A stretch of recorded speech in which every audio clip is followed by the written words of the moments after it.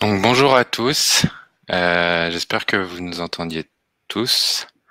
Donc si je peux avoir des petits retours sur le chat pour être sûr que tout est OK.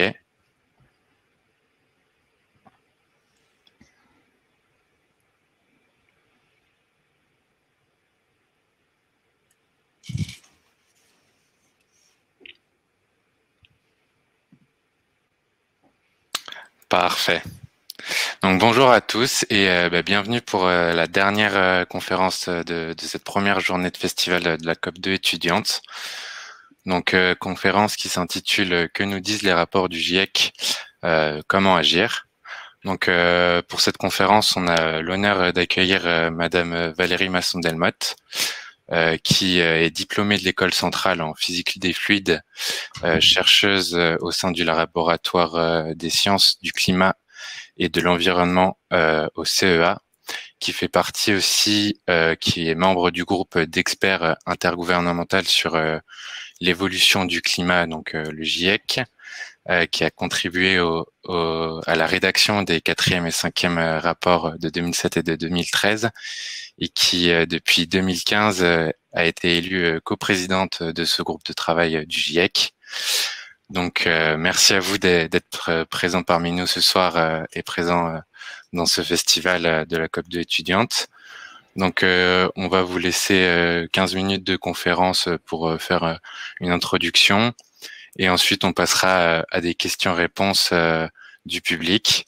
Donc, pour ces questions, n'hésitez pas à les poser via le bouton Ask a Question.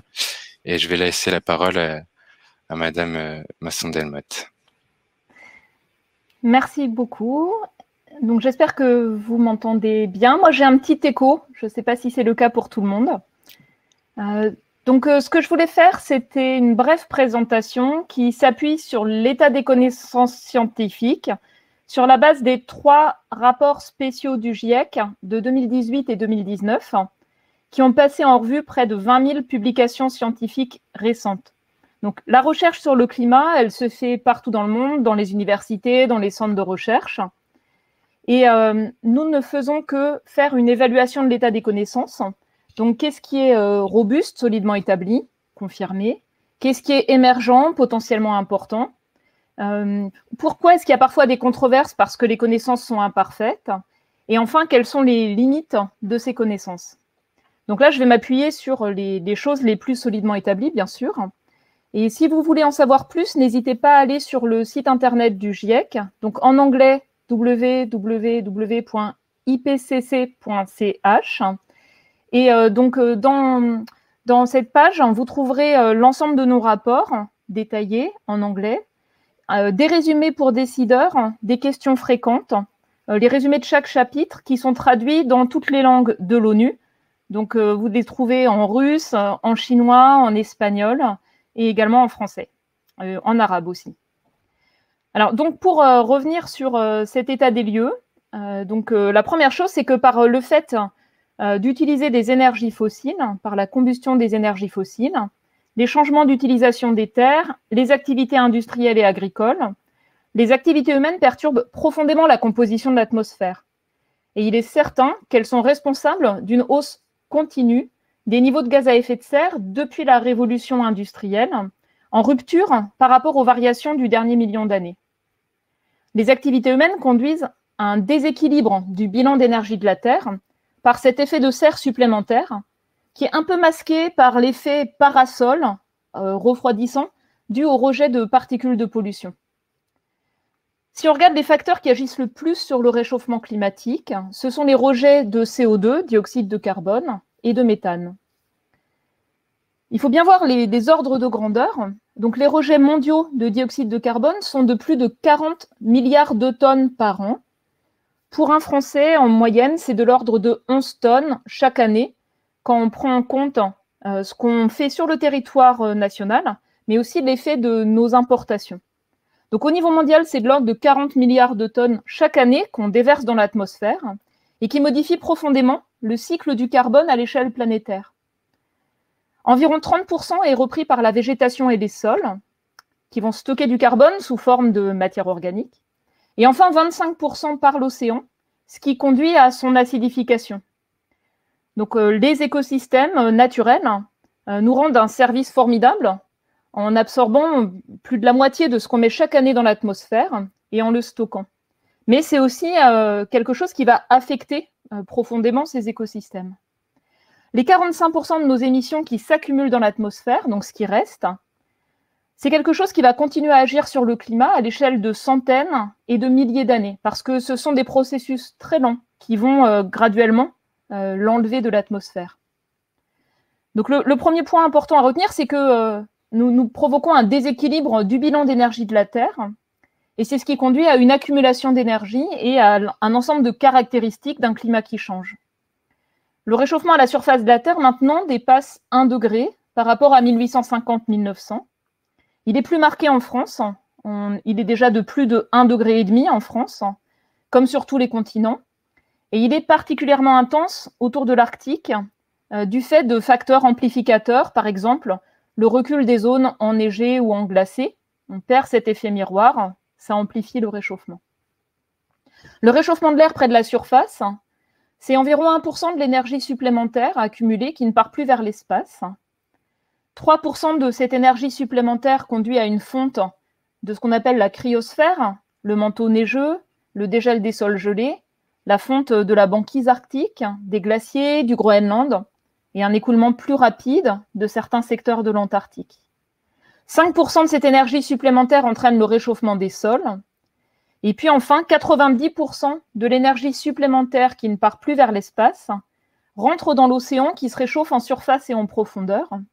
Et compte tenu du temps que met l'océan à se mélanger, qui est de l'ordre du millier d'années, cela rend le changement climatique actuel irréversible. Aucun facteur naturel, les petites fluctuations de l'activité du Soleil, le rejet de particules réfléchissantes par les grosses éruptions volcaniques, ou bien la variabilité spontanée du climat, n'explique ni cette accumulation d'énergie, ni ce réchauffement. Et ce réchauffement est aussi une rupture par rapport aux fluctuations naturelles, à l'histoire du climat au cours des derniers millénaires. C'est aussi le cas d'ailleurs pour la montée du niveau des mers. Et la meilleure estimation à ce jour, au niveau planétaire, c'est que 100%, avec une plage d'incertitude de l'ordre de 20%, du réchauffement observé à la surface de la Terre est dû à l'influence humaine sur le climat. Alors ce déséquilibre du bilan d'énergie de la Terre entraîne un ensemble de conséquences. Des modifications de la circulation atmosphérique, des modifications de la pluviométrie, une augmentation des records de précipitations, parce qu'une atmosphère plus chaude peut contenir 7% d'humidité en plus par degré de réchauffement. Une augmentation dans certaines régions, comme en France et tout autour de la Méditerranée, de l'occurrence et de la sévérité de sécheresse, parce qu'une atmosphère plus chaude, elle favorise aussi une vidange plus rapide des sols par l'évaporation, par la transpiration des plantes. Et une conséquence directe, c'est une augmentation de la fréquence et de l'intensité des événements extrêmes chauds, avec des extrêmes froids qui sont moins fréquents, qui sont moins intenses, mais qui persistent dans un climat qui se réchauffe. Le réchauffement conduit à une augmentation aussi des conditions favorables aux incendies de forêt, sur une saison plus longue, avec une surface concernée plus large, et il augmente la proportion des cyclones tropicaux les plus intenses. Ça concerne en particulier les régions d'outre-mer françaises. La montée du niveau de la mer, c'est une conséquence directe du réchauffement, parce que l'océan qui se réchauffe gonfle, se dilate, et puis parce que la fonte des glaciers du Groenland, l'écoulement plus rapide de glace terrestre de l'Antarctique rajoute en fait du volume à l'eau de mer. L'accélération du rythme de montée du niveau des mers depuis 1990, c'est dû au début de la réponse du Groenland et de l'Antarctique, qui s'ajoute à l'effet des glaciers et de l'océan qui se réchauffe. Et puis cette hausse graduelle du niveau des mers, ça entraîne une augmentation des événements de très haut niveau marin qui entraînent des submersions côtières. Quand on a en fait une forte marée, une tempête, en plus de cette montée graduelle.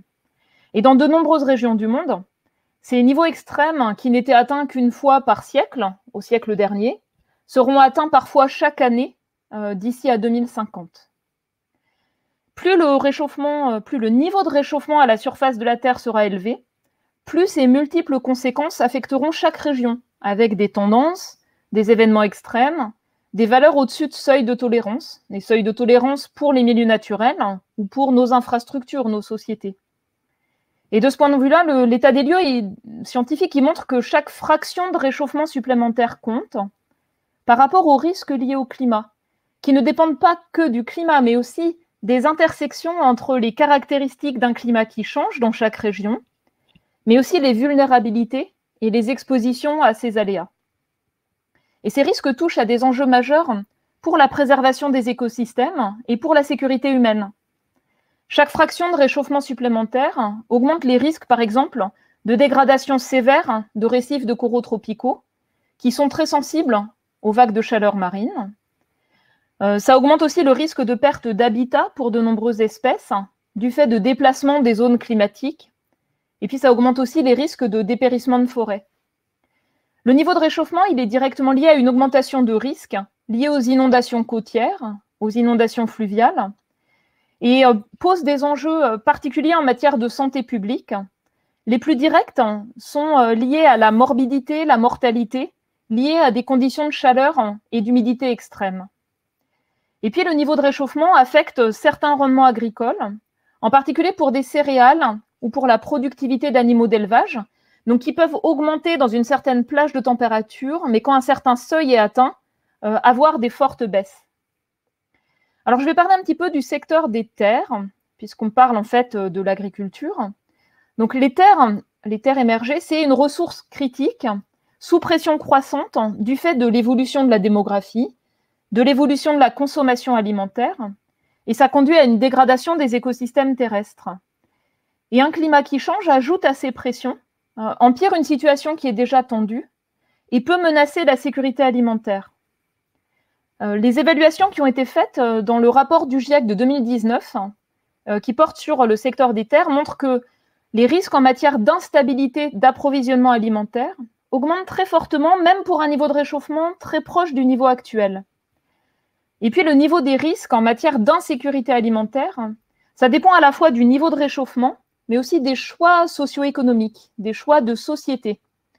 Sachant que si on met l'accent sur la soutenabilité, une gestion durable des terres, des modes de production et d'alimentation sobres en ressources, en pression sur les terres, une action qui vise à éliminer l'extrême pauvreté, toutes ces dimensions permettent de limiter les risques liés au climat. Alors ces risques liés au climat sont disproportionnellement plus élevés dans certaines régions, autour de l'Arctique, mais aussi dans les régions semi-arides ou de climat méditerranéen, dans les zones de basse terre et de delta, pour les petites îles et pour les pays les moins avancés. Et rien qu'entre un réchauffement d'1,5 degré et de 2 degrés, cela concerne plusieurs centaines de millions de personnes qui seraient exposées à des risques climatiques croisés et croissants et qui sont aussi susceptibles de basculer dans la pauvreté. Alors il y a également des effets en cascade entre les effets d'un climat qui change sur les milieux physiques, les écosystèmes, qui vont affecter les sociétés qui en dépendent. Et c'est particulièrement le cas pour tout ce qui touche à l'océan et à la cryosphère, tout ce qui est enneigé et englacé, qui ont pris de plein fouet les conséquences du changement climatique.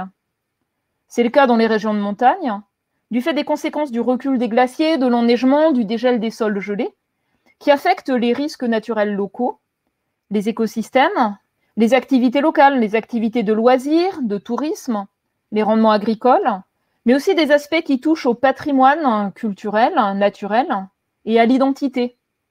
Et puis ça affecte aussi les activités humaines en aval, par exemple la disponibilité en eau pour les villes, pour l'agriculture ou la production d'hydroélectricité.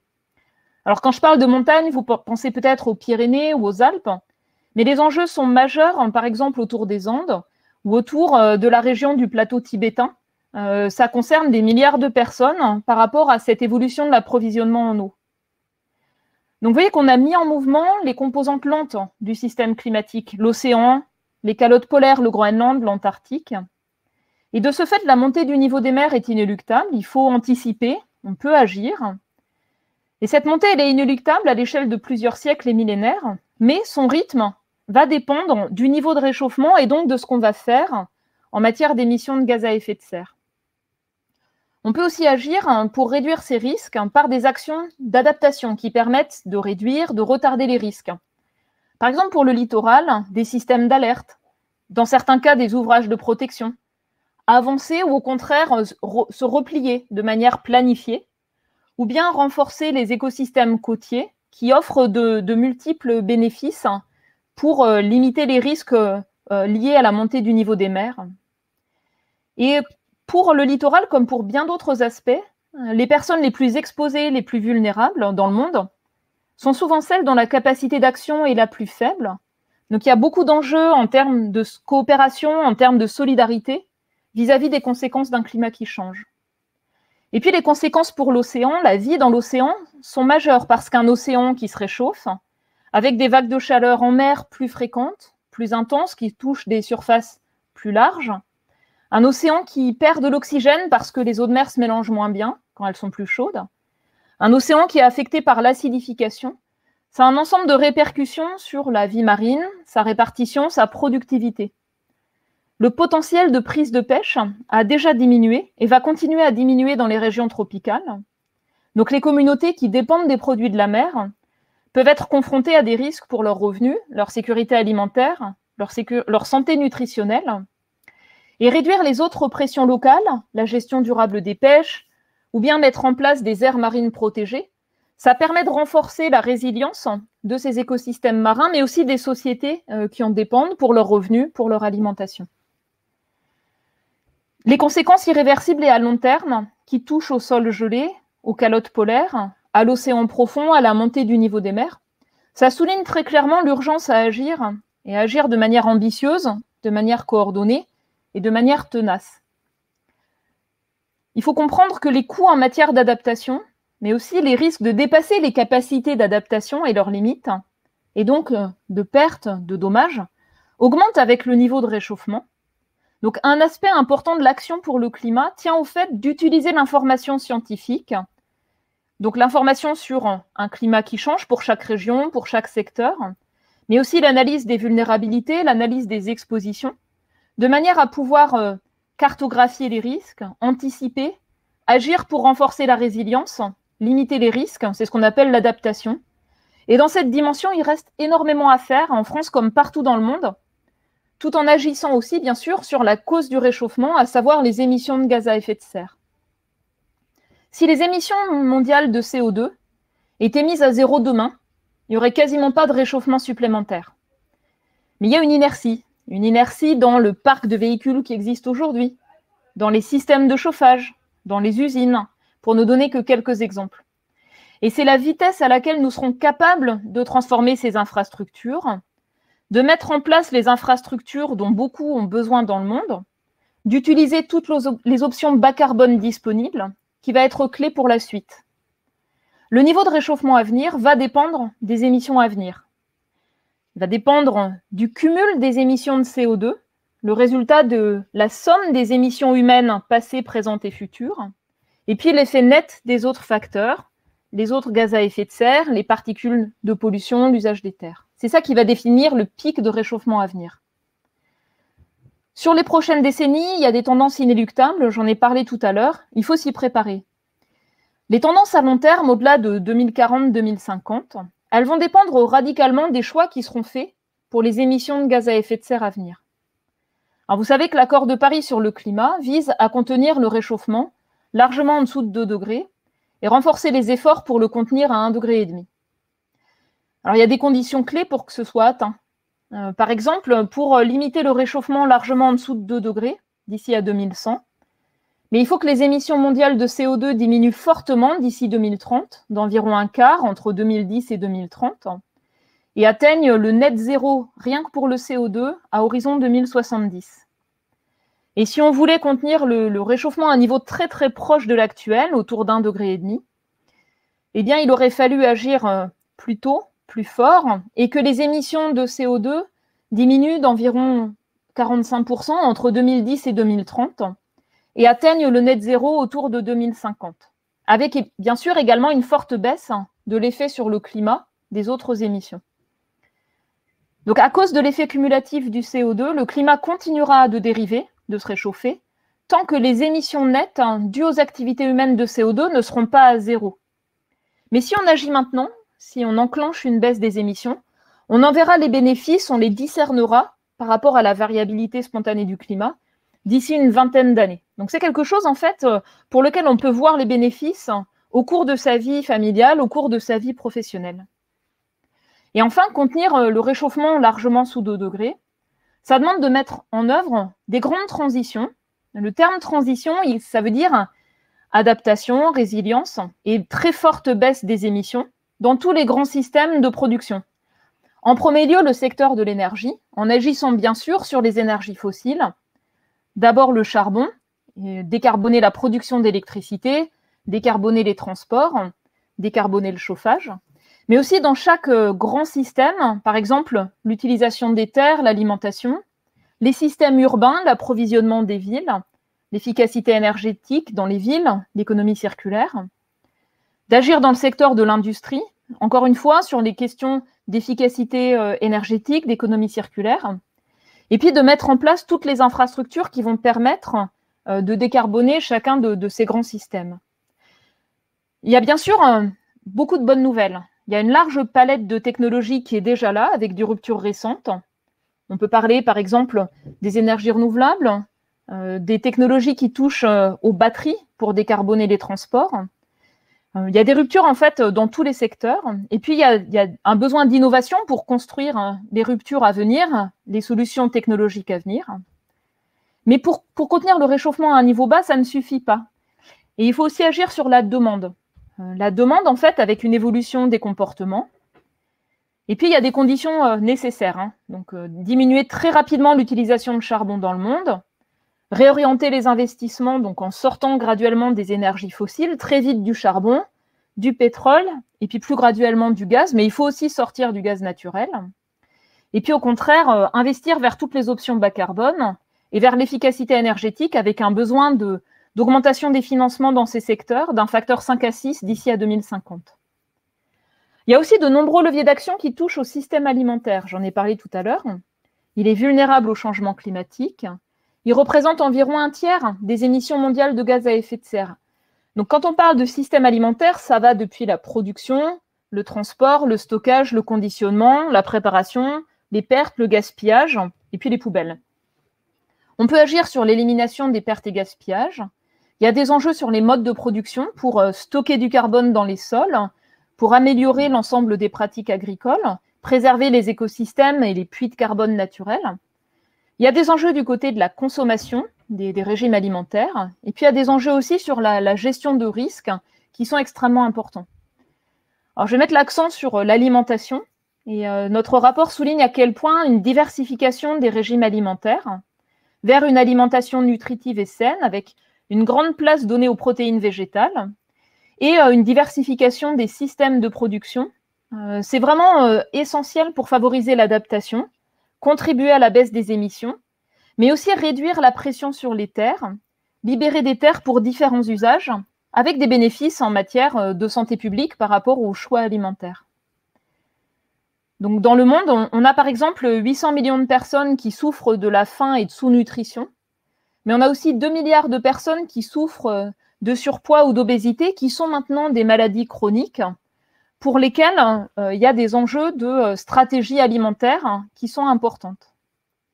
Dans les trajectoires qui correspondent à une stabilisation du réchauffement largement en dessous de 2 degrés, l'élimination du CO2 de l'atmosphère est nécessaire. Donc, enlever ce qu'on a déjà mis dans l'atmosphère, le stocker de manière durable, pour compenser des émissions résiduelles dans des secteurs très difficiles à décarboner, et parfois pour atteindre des émissions nettes négatives, donc faire le ménage, réduire la concentration de CO2 dans l'atmosphère, et ça peut aussi permettre, après avoir dépassé un certain niveau de réchauffement, d'y revenir. Certaines options pour cela, elles peuvent apporter beaucoup de bénéfices, comme tout ce qui touche aux puits naturels de carbone, mais la production à grande échelle de cultures de biomasse pour l'énergie, ou bien l'afforestation, c'est-à-dire planter des forêts sur des terres qui avaient d'autres usages avant, ça peut au contraire présenter des effets néfastes pour la biodiversité ou bien la sécurité alimentaire, la sécurité en eau ou bien les droits fonciers des populations locales. Il y a un potentiel de déploiement de ces leviers d'action de manière soutenable dans une gestion intégrée de paysages avec des essences locales sur des terres marginales. Mais il y a aussi des risques en cas de monoculture à grande échelle, en particulier liés à ce qui peut se faire dans les régions tropicales et qu'on a déjà vu récemment. Donc, ce que j'essaie de souligner, c'est finalement à quel point les enjeux en matière de changement climatique et de soutenabilité au sens large sont intimement liés. Chaque option d'action pour l'adaptation ou pour baisser les émissions de gaz à effet de serre peut présenter des bénéfices dans d'autres dimensions, sociales, économiques ou environnementales, ou au contraire, présenter des effets négatifs ou des compromis. Quand on regarde l'ensemble des options d'action, ce qui permet d'offrir le plus de bénéfices en matière de soutenabilité, c'est quand on agit sur la demande. Une alimentation saine et qui réduit la pression sur l'environnement, une sobriété sur l'énergie et une sobriété vis-à-vis de l'utilisation des matériaux non renouvelables.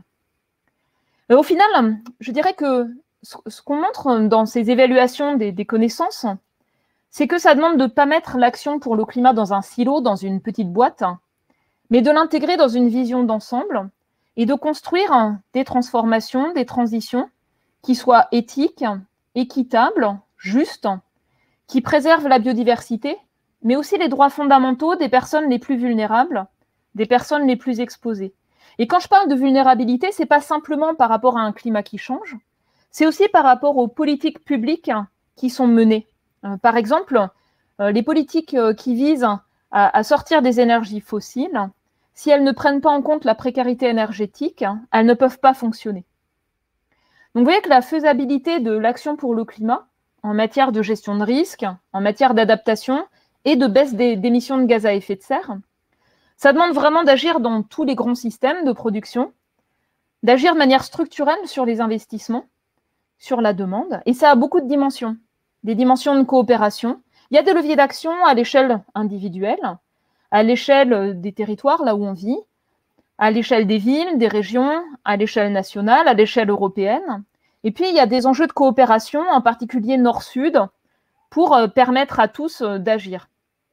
Il y a des enjeux d'innovation technologique, d'innovation sociale, d'innovation frugale, c'est-à-dire mettre en place des solutions qui soient abordables, accessibles à tous. Il y a des solutions qui peuvent être fondées sur la nature, qui sont importantes aussi à mettre en œuvre. Il y a des enjeux de mobilisation des financements, il y a des enjeux de gouvernance avec des stratégies à long terme claires. Et puis il y a aussi des enjeux d'éducation et de formation pour comprendre ce qu'est le changement climatique, mais aussi pour avoir des compétences pour pouvoir porter ces transformations et ces transitions.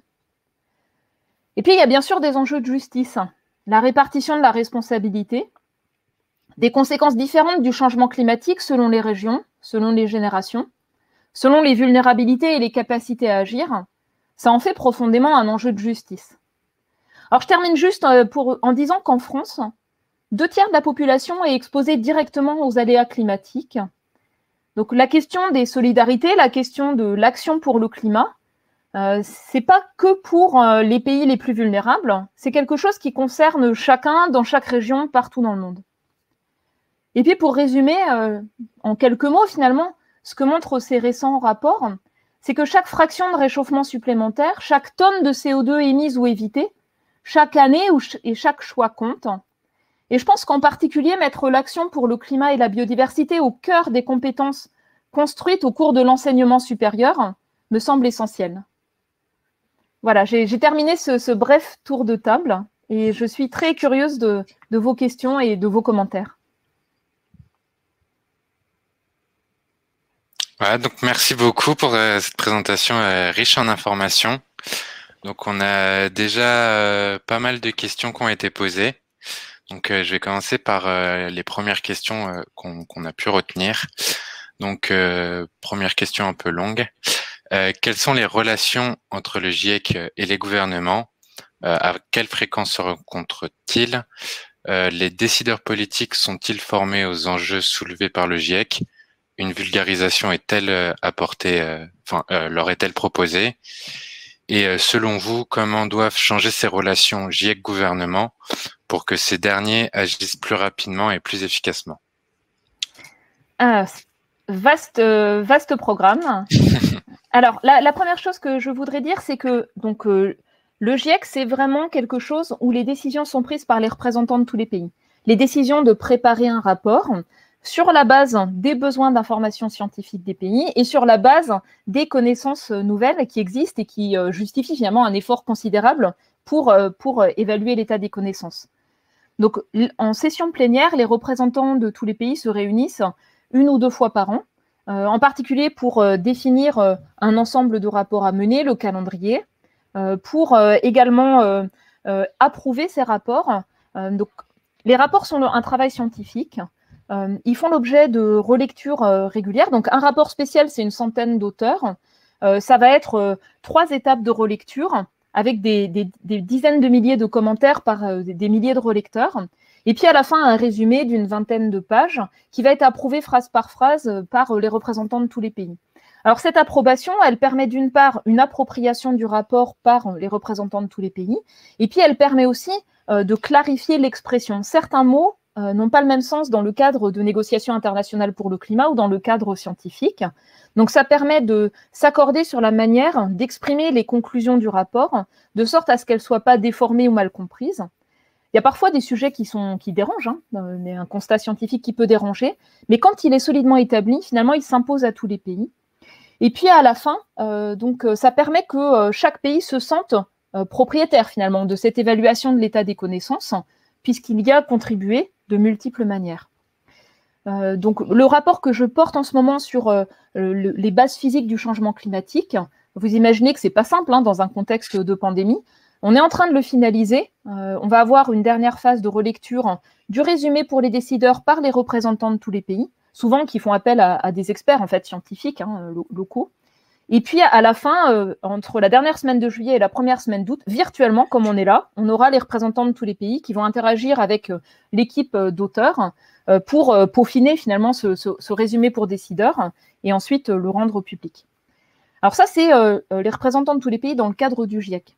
Dans chaque ministère, dans tous les pays, en particulier dans les ministères de l'environnement, mais aussi les ministères qui touchent à la gestion de risques, les ministères qui touchent aux activités agricoles, qui touchent à l'aménagement du territoire, il y a en fait un certain nombre de personnes qui comprennent bien ces rapports du GIEC, qui peuvent s'appuyer dessus à la fois pour les négociations internationales pour le climat, mais aussi pour les stratégies nationales visant à baisser les émissions de gaz à effet de serre ou visant à l'adaptation. Ce sont des choses qui montent vraiment en puissance. On voit en fait partout dans le monde monter en puissance un droit de l'environnement, un cadre réglementaire, un ensemble de textes de loi, aussi à l'échelle, pas simplement des États, mais aussi à l'échelle des régions, à l'échelle des villes. C'est vraiment très frappant. Et souvent, ça va s'appuyer à la fois sur ce cadre international, mais plus spécifiquement sur aussi les compétences locales à l'échelle de chaque territoire, qui sont aussi mobilisées pour avoir une information beaucoup plus fine et beaucoup plus souvent pertinente en appui à la prise de décision. Mais il y a aussi en fait une méconnaissance profonde de cet état des lieux scientifique par de très nombreux décideurs. C'est quelque chose qui m'a frappé dans les rencontres que j'ai pu avoir. Il y a encore un enjeu majeur de former des gens qui souvent ont une cinquantaine, une soixantaine d'années ou plus, qui n'ont pas acquis ces éléments-là lors de leur parcours initial de formation, qui glanent en fait des éléments à la lecture plutôt de la presse, en fait, la presse quotidienne, la presse nationale, et parfois qui ne se sont pas complètement appropriés l'ensemble des enjeux. C'est quelque chose qui est vraiment très frappant, et je pense qu'il y a un besoin majeur de formation, pas simplement des plus jeunes, mais de ceux qui sont aujourd'hui aux manettes. Et de ce point de vue-là, ce qui va compter, c'est la pression qu'exerce la société civile quand vous interpellez vos élus sur ces sujets. Ça les oblige à s'informer, à se former par rapport au contexte local, par rapport aux enjeux locaux. Quand les journalistes aussi interpellent les élus sur les questions climat, si les journalistes montent en compétence, et en particulier les journalistes politiques, ça permet aussi d'être plus exigeants et d'obliger quelque part les élus qui sont amenés régulièrement à intervenir dans les médias, à avoir des compétences plus solides sur ces sujets-là. Je pense avoir à peu près répondu à cette première question. Oui, j'ai l'impression que toutes les questions ont été à peu près répondues. Donc la question suivante, c'est pourquoi les travaux de l'IPBES sont-ils moins connus que ceux du GIEC?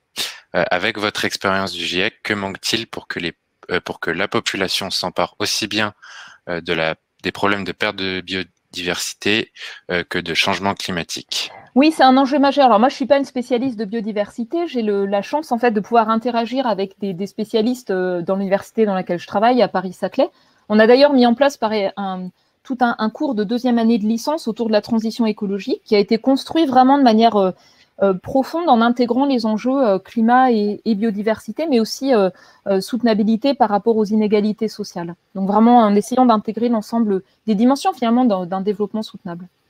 Alors je dirais qu'à mon sens, pour le climat, le GIEC qui date de la fin des années 80, les anticipations qui avaient été faites sur la base de connaissances beaucoup moins abouties qu'aujourd'hui, on est sur la trajectoire qui avait été anticipée. Et il y a eu aussi en fait une absence de prise en compte des informations sur le climat. Au début, ça a vraiment peiné à se mettre en place et les émissions de gaz à effet de serre, on le voit, continuent à augmenter. Mais il y a aussi une prise en compte de la réalité d'un climat qui change partout dans le monde, en particulier par des événements extrêmes, les conséquences, par exemple, sur les rendements agricoles ou les ressources en eau. C'est quelque chose, en fait, qui, de manière réactive, oblige à analyser les risques et pousse à l'action. Ce n'est pas simplement les connaissances scientifiques, c'est l'expérience de terrain que chacun a de vivre avec un climat qui change. Et il y a vraiment cet enjeu qui est similaire pour la biodiversité, à mieux cerner, mieux faire comprendre, mieux donner à voir l'érosion de la biodiversité partout pour que les gens se l'approprient. C'est un vrai défi quand la plupart des gens dans le monde maintenant vivent en ville et donc sont découpés de l'évolution des écosystèmes, ne voient pas s'habituer en fait à des écosystèmes plus pauvres et ne mesurent pas forcément ce qui a été perdu. L'autre enjeu, c'est aussi de mieux comprendre les interdépendances entre ces écosystèmes et les sociétés humaines. Donc il y a bien sûr des enjeux à préserver le vivant pour ce qu'il est, la nature telle qu'elle est pour elle-même, mais il y a aussi des enjeux à préserver les écosystèmes, leurs fonctions, leurs services qu'ils nous rendent. Et souvent, c'est peu connu.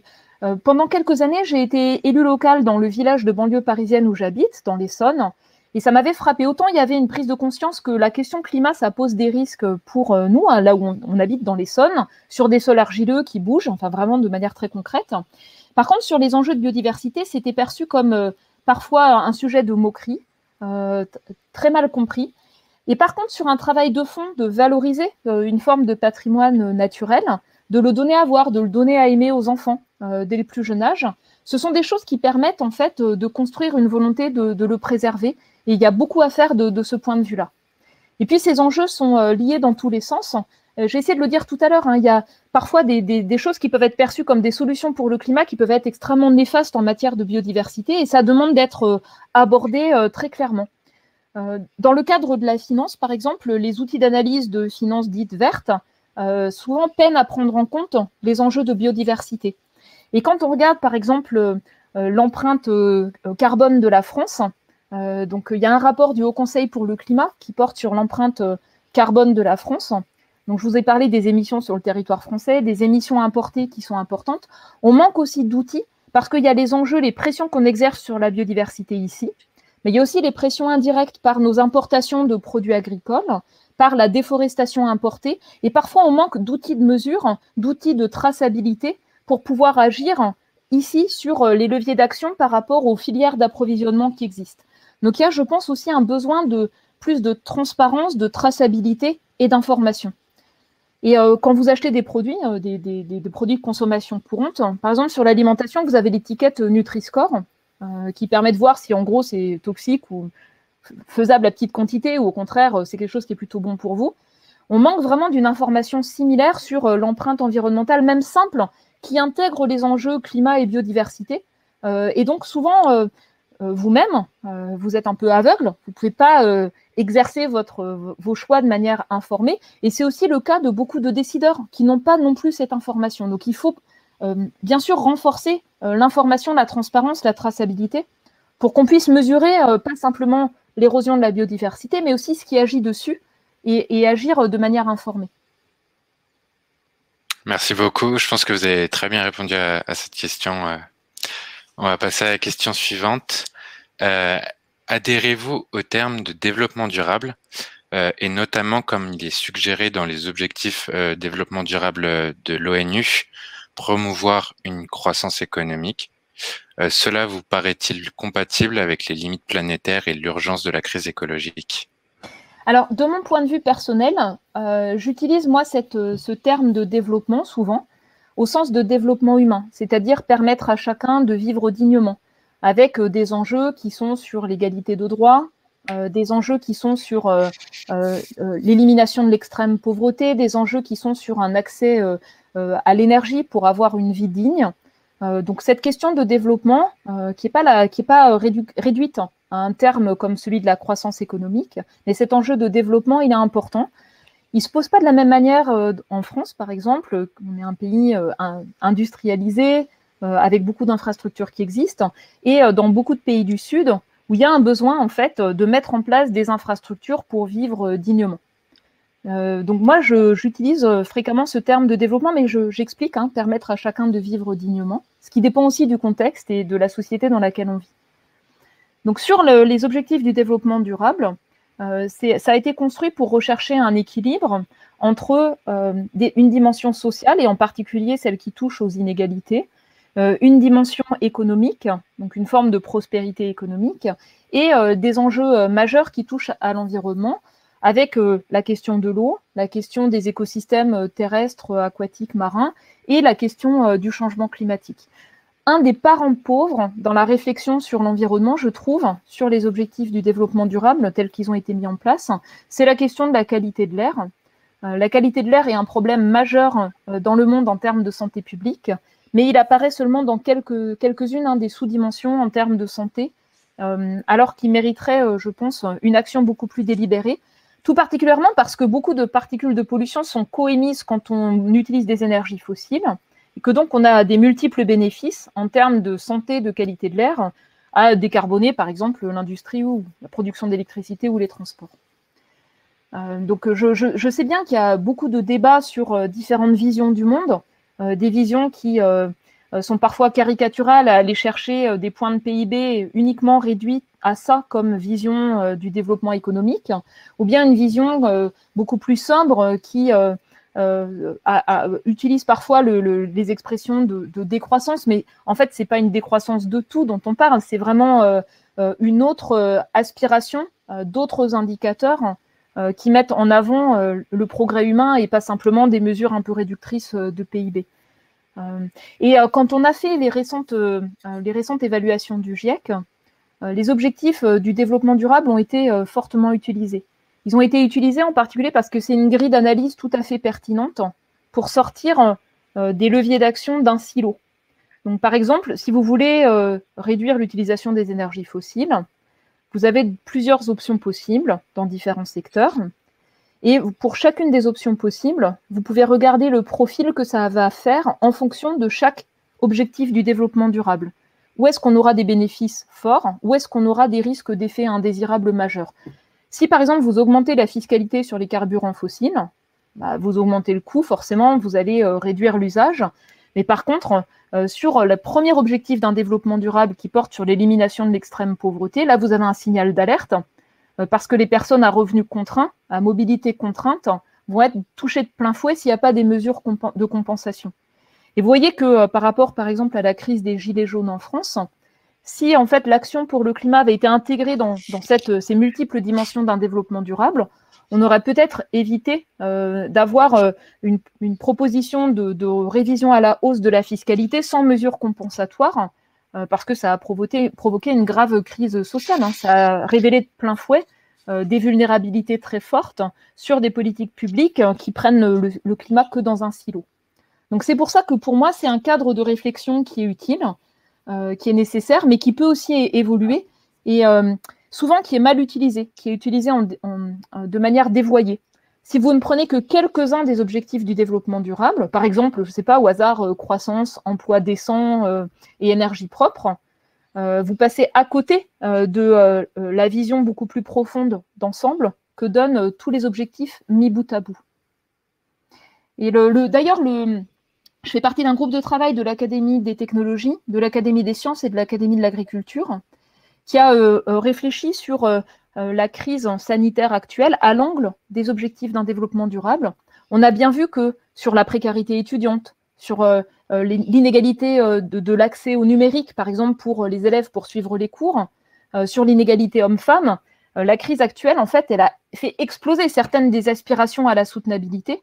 Ça montre à quel point, quand on réfléchit aux conséquences d'une crise, quand on réfléchit à des plans de relance, c'est important d'utiliser ces ensembles de dimensions de la soutenabilité pour construire, en fait, quelque chose qui soit beaucoup plus résilient ou qui ne laisse personne derrière. Et je termine avec ce point-là.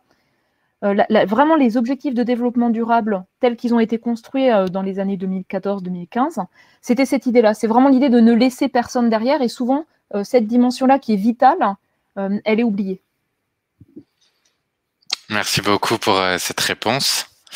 Donc la prochaine question, quelle est la meilleure estimation du niveau de réchauffement lié à la somme des émissions passées? C'est-à-dire quel serait le réchauffement si on stoppait toutes les émissions demain? Alors en fait, il serait très proche du niveau actuel, sur quelques décennies. Donc très rapidement, si on arrêtait tout, c'est une vue de l'esprit, vous allez trouver cette information de manière détaillée dans le chapitre 1 du rapport sur 1,5 degré du GIEC de 2018, sur la base en fait de modélisation du climat. Donc, si on arrête tout, d'abord en fait, les particules de pollution qui ont une durée de vie très courte vont rapidement sortir de l'atmosphère, et donc ça fera un petit réchauffement, une fraction de l'ordre de 1/10 de degré. Et puis, à l'échelle d'une dizaine d'années, s'il n'y a plus d'émissions de méthane dues aux activités humaines, la concentration en méthane assez rapidement va baisser. La durée de vie dans l'atmosphère, c'est de l'ordre de la dizaine d'années. Donc, on perdra l'effet réchauffant du méthane.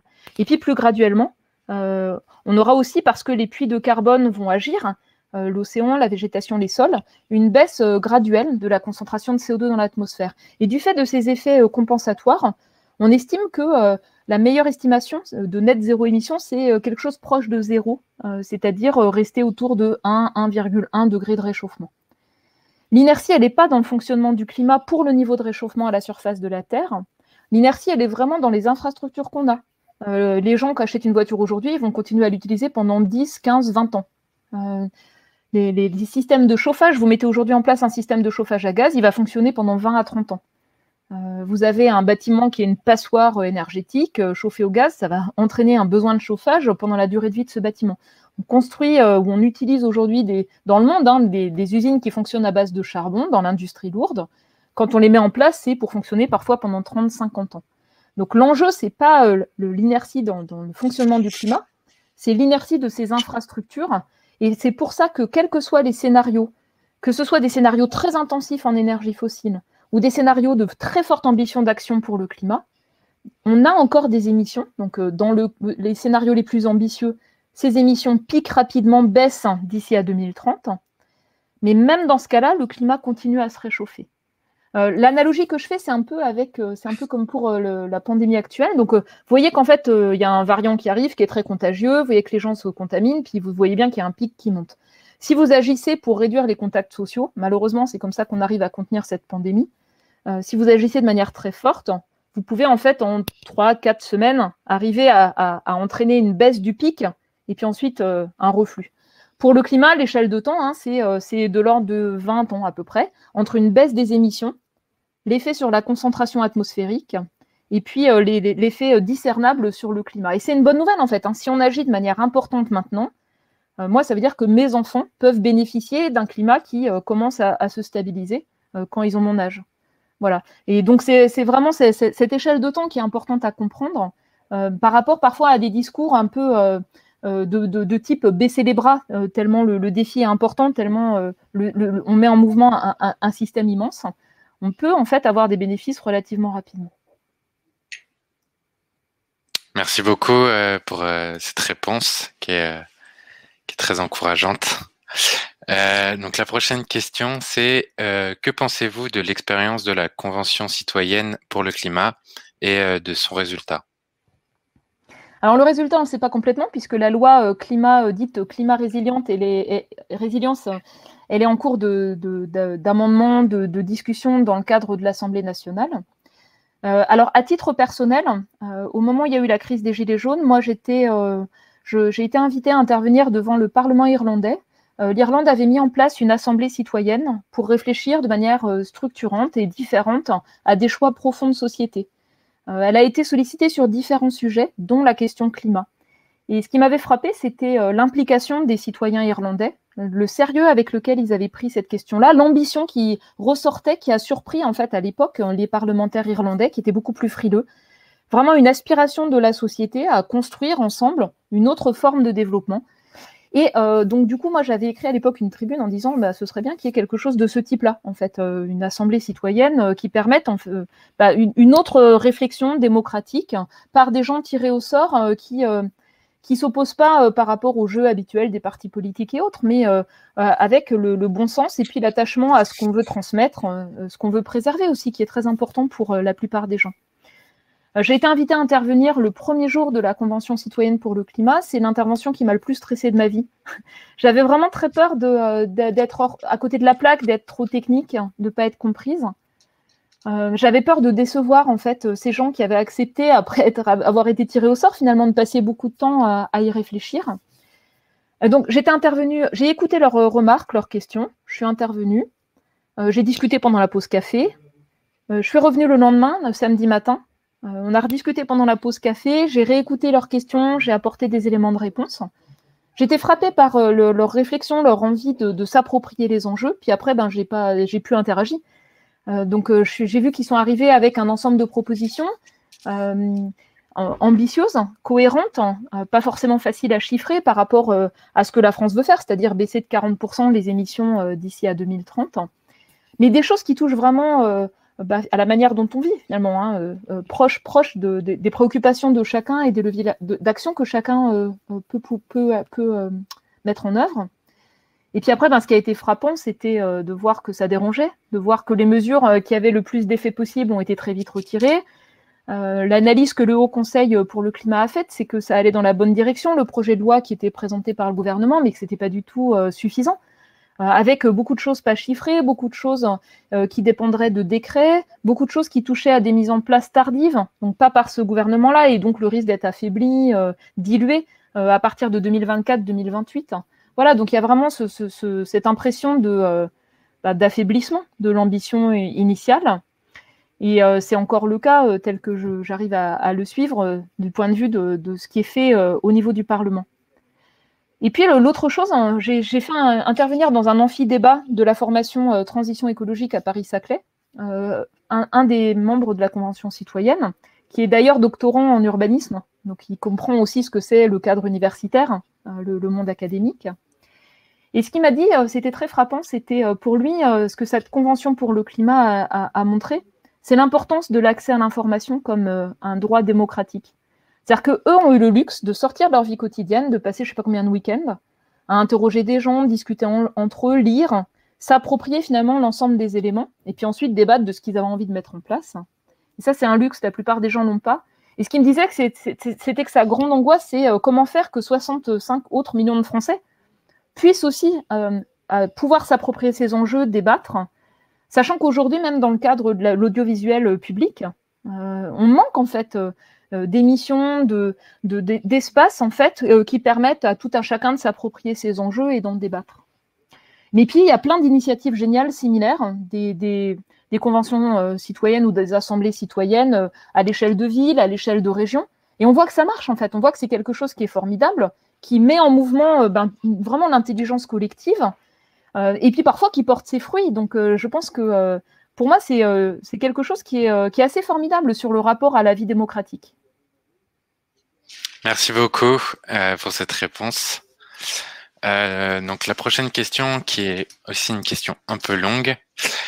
Il existe un discours porté par certains scientifiques et ingénieurs qui consiste à présenter les innovations techniques futures comme les solutions pour le réchauffement climatique, permettant ainsi de ne pas interroger notre mode de consommation et type d'économie dans laquelle nous sommes.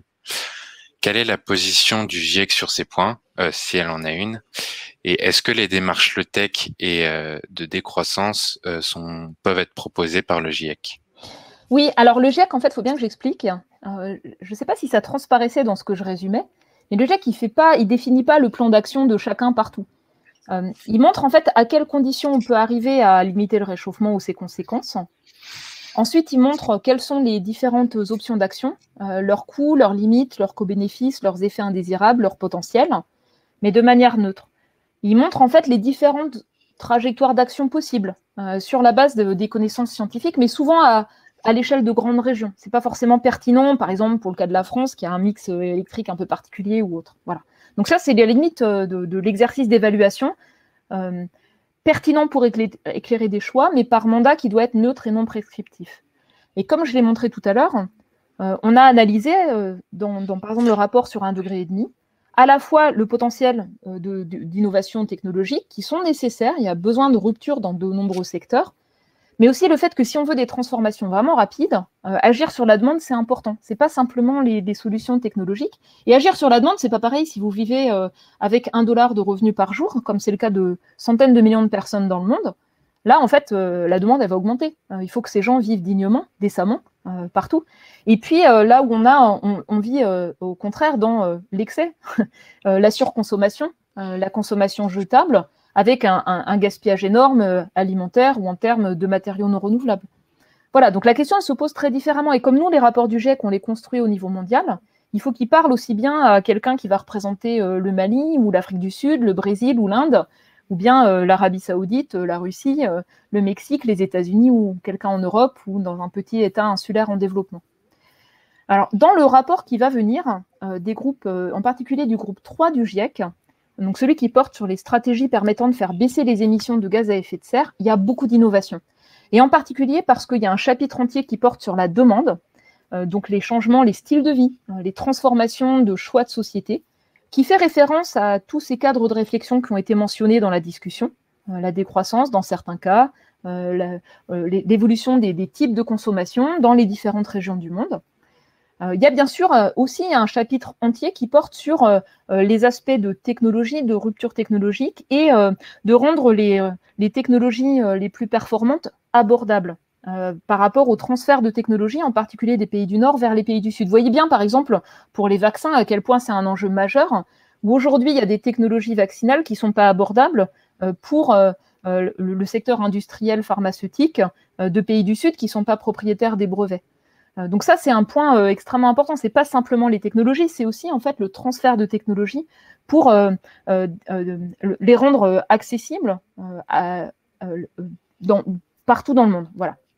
Donc, je ne sais pas si j'ai complètement répondu à votre question, mais quand on a des publications techniques, scientifiques, socio-économiques qui reflètent ces grilles d'analyse avec des travaux approfondis, pas des opinions, mais des analyses dans des trajectoires qui prennent en compte, par exemple, des trajectoires de sobriété ou pas, et qu'on peut les comparer, c'est ça qui va nourrir les réflexions, les évaluations et les conclusions dans les rapports du GIEC, comme j'ai essayé de vous le dessiner et de l'esquisser tout à l'heure. Il y a aussi un besoin de recherche, bien sûr, académique, dans toutes ces dimensions. Merci beaucoup pour cette réponse. Je pense qu'elle répondait quand même bien à cette question. On va passer du coup à la dernière question de ce live. Pourquoi la régulation de la démographie à l'échelle globale, et en particulier dans les régions où le mode de vie est à forte empreinte carbone, n'est-elle pas une voie aussi considérée ou proposée par le GIEC pour baisser les émissions de gaz à effet de serre? Oui, alors le GIEC, en fait, il ne travaille pas sur la démographie en tant que telle. Par contre, quand il analyse les déterminants de la pression sur les terres, les déterminants des émissions de gaz à effet de serre, il y a deux choses qui ressortent. C'est l'évolution démographique et l'évolution, disons, du pouvoir d'achat. Je ne sais pas si c'est le bon terme, disons, des revenus ou des pouvoirs d'achat par personne. Et la pression qu'on va exercer en termes d'émissions de gaz à effet de serre, de consommation, de demande, de pression sur les terres, c'est le résultat de ces deux choses-là. Donc c'est en gros population et consommation. Ce n'est pas simplement l'évolution démographique. Et après, donc pour les évolutions à venir futures, on explore en fait un ensemble de futurs possibles sur la base, en ce moment, parce que ce sont les travaux coordonnés au niveau international dans la communauté scientifique, de grandes familles de trajectoires socio-économiques qui balayent une large plage de futurs possibles. Donc il y a des évolutions qui mettent fortement le curseur sur la soutenabilité, donc maîtrise de l'évolution démographique, maîtrise en fait de la demande, donc production, consommation responsable, sobriété. Il y a des trajectoires qui sont à l'inverse, très centrées sur croissance économique très rapide, uniquement recours à des solutions technologiques, forte consommation, forte demande. Et dans ces scénarios-là, c'est beaucoup plus difficile de contenir le réchauffement à un niveau bas. Ou alors, ça fait appel à beaucoup d'options de type captage et stockage de CO2, ou biomasse pour l'énergie, captage et stockage de CO2, dont on sait que ça peut présenter des risques. Et puis, il y a des scénarios intermédiaires qui balayent, disons, des choses plus graduelles, qui touchent aussi à l'évolution des inégalités, qui touchent à l'évolution des relations internationales du commerce mondial, des transferts de technologies entre les différentes grandes régions du monde. Et donc, on ne met pas en avant simplement la question de la démographie parce qu'il y a des déterminants profonds à l'évolution démographique qui ne relèvent pas que de l'évolution du climat, qui sont bien plus larges que ça. Mais on essaie de balayer une large plage de futurs possibles où l'évolution de la démographie, l'évolution de l'urbanisation, l'évolution des modes de vie interfèrent avec les questions climat, mais aussi biodiversité, pression sur les terres dans toutes les dimensions. Je ne sais pas si j'ai complètement répondu à la question. Ce que je peux aussi mentionner, c'est que c'est une thématique qui revient très souvent, qui n'est pas du tout vue de la même manière dans les différentes régions du monde. Pas du tout. C'est également une thématique qui est aussi associée parfois à des manières de voir les choses héritées du XXe siècle. Et peut-être que ce serait intéressant de réfléchir sur, par exemple, les politiques d'aide aux familles dans un climat qui change, d'une manière beaucoup plus intégrée. Je vais terminer sur ce point-là. Voilà, je pense profondément qu'on a des vraies difficultés sur les politiques d'aide aux familles, qui souvent consistent à mettre des pansements sur des problèmes, donc maintenir un peu sous perfusion les gens avec des choses très contraintes, plutôt que d'aider ceux qui sont dans les situations les plus fragiles à justement accéder à des consommations beaucoup plus soutenables et des modes de vie beaucoup plus soutenables. On voit bien la question sur les passoires énergétiques, sur les familles monoparentales. On a des enjeux de fond qui ne sont pas complètement intégrés, qu'on traite vraiment en silo, aussi bien pour l'accès à l'alimentation, l'accès à l'énergie. Et je pense que ça mériterait une réflexion de fond qui n'est pas menée actuellement, à mon sens. Bon, merci beaucoup en tout cas pour toutes ces réponses. C'était super, c'était riche en informations. Je pense que beaucoup de personnes ont appris plein de choses. Et merci beaucoup d'avoir pris de votre temps pour intervenir dans ce festival. Ouais, merci. C'était un chouette samedi confiné de 19h à 20h. Merci d'avoir pris surtout de votre temps à vous. Merci d'avoir organisé cette COP étudiante. Ce dynamisme-là, en fait, cette envie d'agir, ça fait partie des choses qui nous donnent, nous, beaucoup d'énergie aussi pour le travail qu'on fait, le travail scientifique et le fait de vouloir rendre l'information scientifique la plus accessible à tous. Merci beaucoup. Et merci aussi à toutes les personnes qui ont assisté à ce live. On a été plus de 100, donc ça fait aussi plaisir de voir qu'on a été soutenus. Et du coup, on vous donne rendez-vous demain pour une journée riche en conférences, en ateliers, en activités, tout au long de la journée. Et voilà. Au revoir à tous et bonne soirée. Bravo. Au revoir. Bon week-end. Bon week-end.